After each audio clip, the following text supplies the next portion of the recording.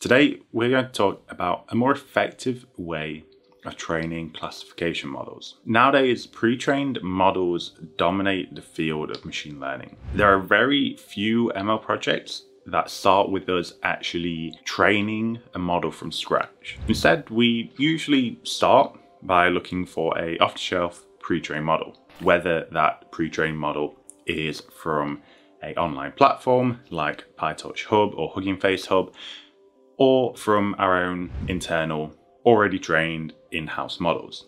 The ecosystem of these pre-trained models, whether external or internal, has allowed us to push the limits of what is possible in machine learning. This doesn't mean, however, that everything is super easy and everything works all the time. There are always going to be some challenges. Fortunately, we're able to tackle a lot of these problems that are actually shared across a huge number of pre-trained models because they tend to have similar points of failure.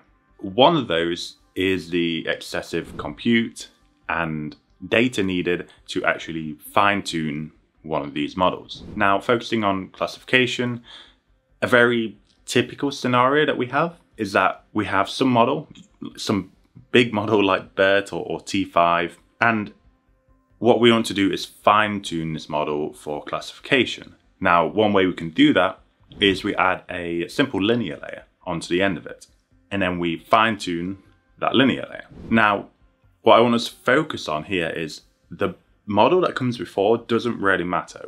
We only really care about this linear layer. We can actually fine-tune that for a lot of different use cases without even touching the model weights of the big pre-trained model that comes before it. It's the classification layer that is actually producing the final prediction. And because of this, that classification layer can become the single point of failure in producing our predictions. So we focus on fine-tuning that classification layer. And a common approach to doing this might look a little bit like this. First, we have to collect a data set that focuses on enabling this model to adapt to a new domain or just dealing with data drift. Then we have to slog through the data set, and if it's going to work well, it's usually a large data set, labeling the records as per their classification. And then, once all records have been labeled, we have to fine-tune the classifier. This approach works, but it really is not efficient. There's actually a much better way of doing this. What we need to do is focus our fine-tuning efforts on the essential records that actually matter.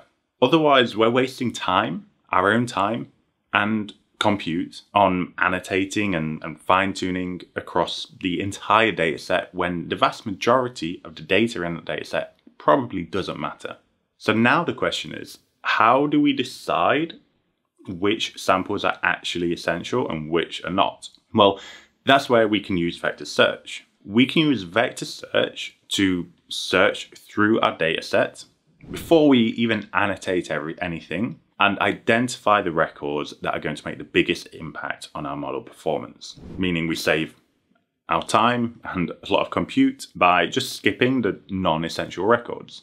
Some of you may be thinking, what does vector search have to do with training a classification model? Well, it's actually super important. Many state-of-the-art models are available as pre-trained models.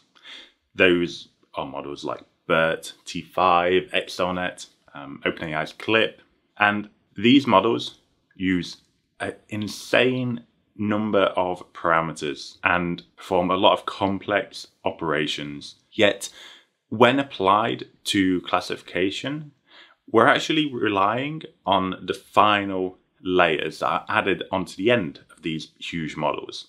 Okay, so we might have some simple feed-forward layers or just a linear classification layer. Now, the reason for this is that these models, they're not being trained to produce class predictions. We can think of them as actually being trained to make vector embeddings. So we pre-train these big models, and the idea is that after pre-training, these models will produce these very information-rich vector embeddings. And then what we do for different tasks is that we add an extra task-specific head onto the end of that. And that task-specific head is taking that vector embedding or vector embeddings from the model and running them through a smaller network. Like I said, it can just be a linear layer and outputting something else, okay? Outputting those predictions. So the power of these models is not that they can do classification, question answering, all these different things. The power of these models is that they produce these very information-rich vectors that then smaller, simpler models can use to do these tasks of question answering, classification, and so on. These vectors that these models are producing are simply full of useful information that have been encoded into a vector space. Okay, so you can imagine it in this vector space, imagine a 2D space. We have vector A here, vector B here. Those two are very close to each other, and therefore they share some sort of similar meaning. Whereas vector C over here is very far away from A and B. Therefore, it shares less meaning with A and B. Now, the result of this is that these models are essentially creating a map of information. Using this map, they're able to consume data like images or text and output these useful information-rich representations with vectors. So our task in classification now is not to consume data and try and abstract different meaning from that and classify that abstraction of meaning. In reality, the abstraction of meaning is already handled by the big models. Instead, our task with classification is to teach a smaller model to identify the different regions within that map or the vector space. Now, a typical architecture that we will see for classification is a pre-trained model followed by a linear layer. Now, we can think of the internal weights of this classifier as actually being a vector within the wider vector space. And Ido Liberty, the founder and CEO of Pinecone and past head of Amazon AI Labs, explained to me that we can actually use this fact and couple it with vector search in order to massively optimize the learning process for our classifier. So what we need to do is really imagine this problem as being within a vector space or a map. We have the internal model weights, W, and we have all of these vectors that as of yet are unannotated and we haven't fine-tuned on them yet. We want to calculate the dot product between W and X. If they share a positive direction, they will have a positive value, and they produce a negative score if the directions are opposite. Now, there is just one problem with dot product here. It considers both direction and magnitude, which means that if we have a vector X that has a larger magnitude than another vector X, even if that other vector is actually the same vector as our model weights or very similar, it can actually output a larger dot product score. So what we need to do is normalize all these vectors that we're comparing. This simply removes the magnitude problem and makes it that we are comparing only the direction of the vectors. Now, when we fine-tune the linear classifier with these vectors, it's going to learn to align itself with vectors that we label as positives and move away from vectors we label as negatives. Now, this will work really well, but there are still some improvements that we could add in here. First, imagine we return only irrelevant samples in a single training batch. They will all be marked as -1, and the classifier knows to move away from these values, but it doesn't know in which direction. Okay, and especially in a high dimensional space, there are a lot of directions that the classifier can move in. So this is problematic because it means that the classifier is just going to be moving at random away from those negative vectors. Another problem is that many labels will be more or less relevant. So imagine we had the query, dogs in the snow, and then we had two pieces of text, a dog and a dog in the snow. Both of those are relevant depending on what you're looking at, but a dog in the snow is more relevant. these two pieces of text are not equally relevant. But at the moment, all we can do is label one as negative, one as positive, or both as positives. And that's not really ideal because it doesn't really show the full picture of both of these are relevant, just one is more than the other. So what we need is almost like a gradient of relevance. We need a continuous range from negative, e.g. -1, to positive, e.g. +1. Even if we just have a range from -1 to -0.8, there's still a direction that the model can figure out from that range of values. So all of this together just allows our linear classifier to learn where to place itself within the vector space produced by the model layers preceding it. Now, that describes the fine-tuning process, but we can't do this across our entire data set. If we have like a big data set, which we probably do, it would take too much time annotating everything, and it would be a waste of our time as well. To do this efficiently, what we must do is capitalize on the idea of identifying relevant versus irrelevant vectors within a proximity of the model's learned weights, W.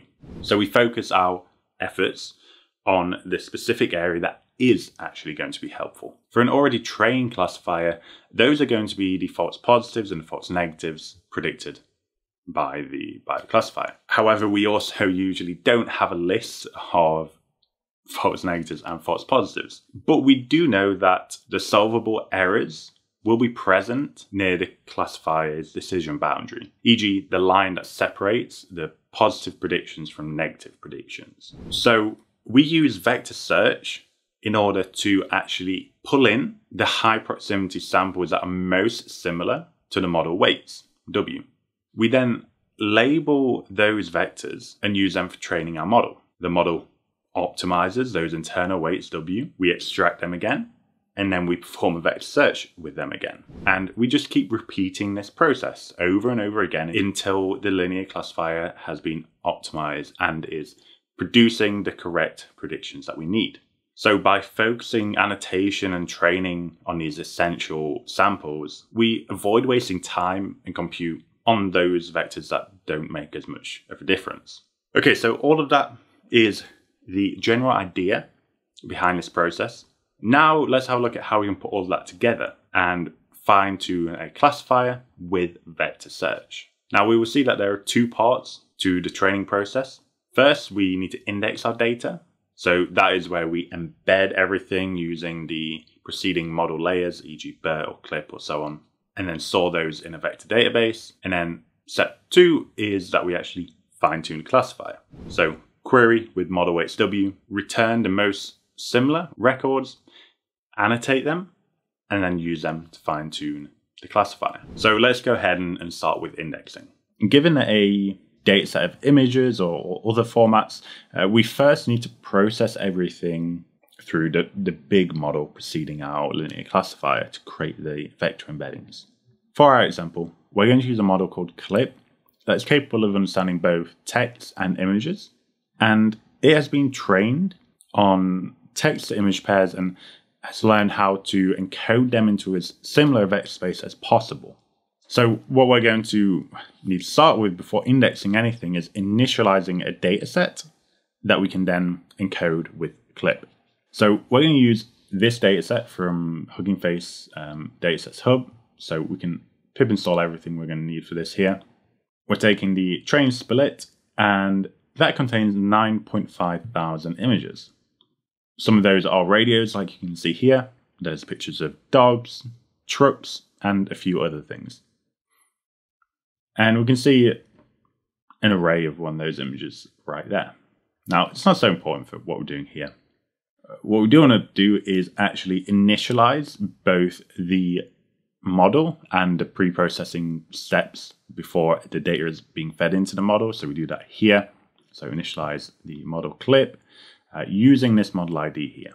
Okay, so this is one version of the CLIP model. And then the preprocessor will just take images and process them so that CLIP can read them. Okay, that's all we're doing here. We're going to go through all of these steps. This is the pre-processing. And from that, we get the image features, okay? Those image features are a vector representation of the image. Okay, so in this case, we've done the Sony radio image, and that gives us a 512 dimensional vector embedding. Okay. The embeddings from Clip are not normalized. Okay, so we're going to be using dot product both within the model and during our vector search. So we should really normalize these. So we do that here. And then we see that these values are all between the values of -1 to +1. Now, that's how we embed or create a vector embedding for a single item, but we're going to want to do it for loads of items, and we're also going to want to index them and store them inside a vector database. So we're going to use Pinecone for this. You may need to sign up for a free API key if you haven't already.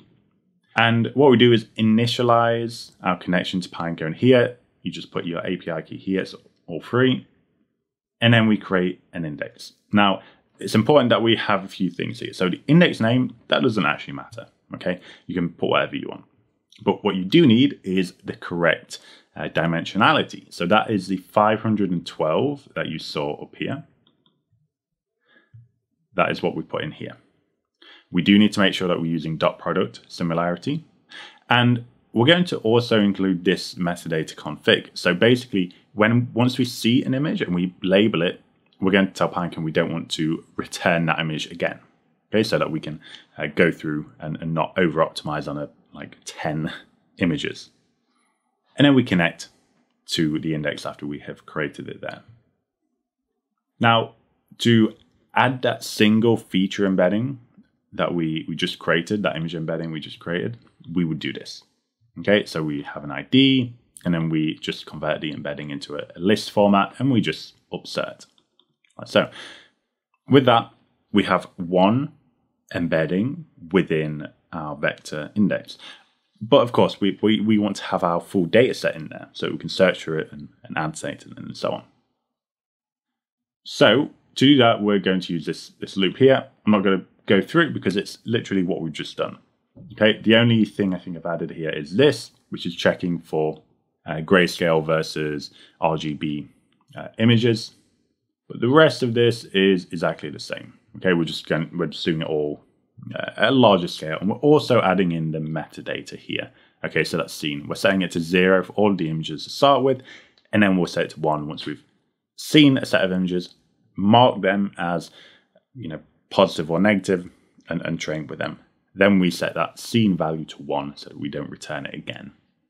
Okay, so we have this radio. Let's have a quick look at how we might query. So we create our query vector xq here, which is just, we're doing the same thing again as what we did before. We're normalizing it, and then we query with it. Okay, and that returns these items here from Pinecone. Let's have a look at what they look like. So the first one is obviously that radio. That radio is the most similar other vector. So naturally, that would be the first thing that gets returned. Okay, next one, we have a car radio. We have another Sony radio. I think it's even the same model. And another Sony radio, which is also the same model.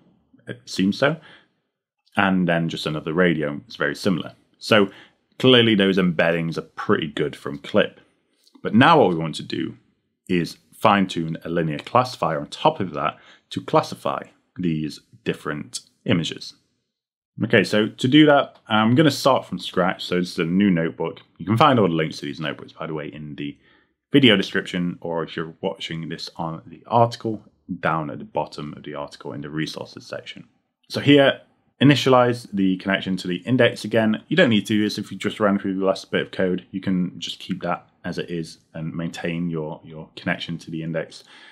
Again, we're going to load the data set. And again, you don't need to do that if you've already done it.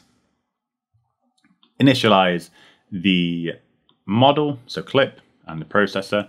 So there's one thing different here, and you can actually tokenize using the other preprocessor, but for the sake of covering everything, I'm just showing you how to do it with the Clip tokenizer fast here as well. So here we're initializing just the tokenizer side of the Clip preprocessor. And we're setting up this prompt, so dogs in the snow. We tokenize them to get a set of token IDs, and then we use the model get text features method in order to get a vector embedding of that text, of that dogs in the snow prompt.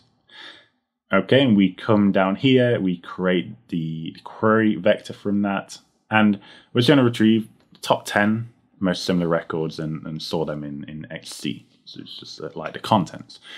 So there's a few things in XC here. We actually don't need all of this. So what we want is the IDs and then the values as well. So first we get the IDs, then we get the values. Okay. And we can see what's returned. So dogs in the snow. Now, this one is not a dog in the snow, but you can kind of see where it's a bit confused. The sand in the background does look kind of white and snowy. But then the rest of these, yeah, they're dogs in the snow other than this one. So it's returning the right thing here. But let's say we don't want dogs in the snow. Okay. Let's say we want to adjust this to something slightly different. Like, for example, dogs at dog shows. And we'll go through this. So this code here, not really that important. All this is a little interface that I built within Jupyter so that we can sort of quickly go through and label the images. So I would run this. Okay, I'm not going to run it again. So I'll just run this here. And basically what it's going to do is it's going to show an image. So for example, this one here is going to show the image and say, okay, what would you rate this from -1 to 1? And you just go through, you say, you know, what you would rate it. And then that will give you, or that will basically produce a dictionary that maps these IDs to the score that you gave it. So you can see all the scores that I gave last time I ran this. And you can just double check that the IDs and scores are aligned here. Yes, they are, so you don't need to worry so much about that. And all we do is we need to get the values, which are going to be the inputs, the training data for the linear classifier. And then we get the labels, okay, so the scores. Okay, so we go through, and what we're going to do here is just initialize a PyTorch linear classifier layer. And what I do first is, so in most cases, I imagine that we're going to have a linear classifier already trained. So I'm just emulating that here. So I'm getting the query vector, reshaping that, and I'm inserting it as the first set of model weights, W. And what we're going to do is we're going to initialize the loss. We're going to use BC with logits loss, and we're going to use stochastic gradient descent. Now, this learning rate, you'll probably find that's quite high, and it is high. We're just kind of putting it high so that we can see a lot of like quick movement through the data set. If you're actually implementing something like this, you might want to use a lower learning rate. So with that, we just create this function fit here, which is basically just a training loop. And we can set the number of iterations per training loop. Again, you might want to lower this if you don't want to move so quickly through the vector space and keep things a bit more stable. And yeah, we just call fit. From that, the model weight will actually be optimized and it will change. And that will represent the next query that we're going to pass into our vector database. So we convert it into a flat list so that Pinecone we can query in Pinecone with it. And so that we're not returning the same records that we just went through, we update the metadata attached to each one of the vectors that we've just seen to be set to equal seen equals 1. And then the reason we do that is because we add a filter now to the next query where we set seen equal to 0. Okay, and then we return the next set of queries, and we can see here we have some other images. And basically what I'm doing here is trying to optimize for dogs in fields, and then from dogs in fields we're going to try and move to dogs at dog shows. Okay, and we'll just go through this a bit quickly now. So this is just tuning, so I'm putting all what we just did into a single function just to make things a bit simpler. And yeah, we'll go through. Okay, so you can see how things are kind of changing more towards dogs and fields here. And then here it goes a bit crazy because basically I'm putting a lot of dogs as negative. So now it's thinking, oh, maybe I don't actually want to see any dogs. And that makes it push away from that. But obviously I don't want that to happen. So I just set everything negative here, other than I think this image that has a field, or maybe this image that has a field, and also this image of a dog. And then we go towards dogs again, focus on that, push towards dogs. And then here you can see the first, in the middle right here, there's the first image of dogs at a dog show. Actually, I think this is also a dog show here, so that would technically be the first one. But this is what I'm looking for, more like this sort of image. So we focus on that, and we push for that a little more. Next one we see, oh, okay, we have a few more dog shows here, so here and here. And we keep pushing for that. And you can see as we go through each step, there's more of these dogs in dog shows, because that's what I'm labeling as being more relevant. Okay, and now we're really getting into that sort of space. Keep going. And now we're at a point where pretty much everything we're returning is a dog show. So this is the final bit. So now that we've done that, we want to set all of the scene labels in our vector database back to not seen. Okay, because we want to search again. We can either search without the filter just to check that it has trained the classifier, or we just reset all of those scene labels. If you want to go through data again and focus more on those, that's where you might want to reset all the labels back to 0. So to do that, all I'm going to do is go through a while loop, and we keep going through and we search for everything where the filter is equal to seen. We get those IDs, and then we mark them as not seen. Once we don't return any more items, that means we've set everything to not seen, because we're not returning anything else with seen equal to true. So at that point we break. So after that, if we search again, we get a completely unfiltered view of the search results. And here we go. Okay, so we can see, okay, loads of dogs at dog shows. Now, there's one here that isn't a dog at a dog show, but I think the rest of them are. So with that, we've actually fine-tuned our classifiers. So now that we've finished optimizing those model weights, we can save them to file. Okay, so we do this. And with that, let's have a look at how the model performs on actually classifying images. So again, move to another notebook. This is number 02 classifier tests. And here we're just going to test the classifier on a set of images that it has not seen before. So again, we initialize everything. Again, if you've already loaded everything and you're in the same notebook, you don't need to do this. So we need to load the validation split from ImageNet. So you can see here, this before was train, now it's validation. So you will need to rerun this bit. And we have about 4,000 images there. Now, let's start by checking the predictions for some specific images. Okay, so this one is a dog at a dog show. So we pre-process that, we get the image features from clip, and then we make a prediction. So the classifier, and then we put in the vector output by clip, and we can see there's a pretty positive value there. So positive, remember, is a true value. Negative is a not true prediction. Okay, cool. So that's correct. It's predicted that that is a dog show.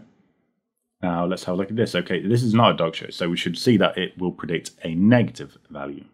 So let's go through, and yeah, we get a pretty negative value there. So we can label the full data set, and we'll find a cutoff point between what is viewed as relevant and what is irrelevant. So basically anything that's positive. So we do that here. I'm not going to go through it, but it's essentially the same thing as what we just said. I'm just making a list of these predictions. Okay, and we're going to add a column to the ImageNet dataset called predictions, so that we now have these three. And let's have a look. So filter out any results where the prediction is not positive. So we get 23 results. And let's have a look at what those are. So those 23 positive results. All of them, I think almost all of them, are dog shows. And if we keep going through, so each one of these as we go through is has been scored less highly, but all these still scored very highly. Okay, I'm going through. And then we go through, and then, yeah, we get this, I don't know, emoji chainsaw thing, which is right at the bottom of these positively labeled things. Kind of random, I don't know why it's in there. Yeah, so other than literally these two images right at the end, everything else is a true positive. So it's predicted everything correctly, other than these two. This one, no idea why. This one, I kind of understand, dogs in a field.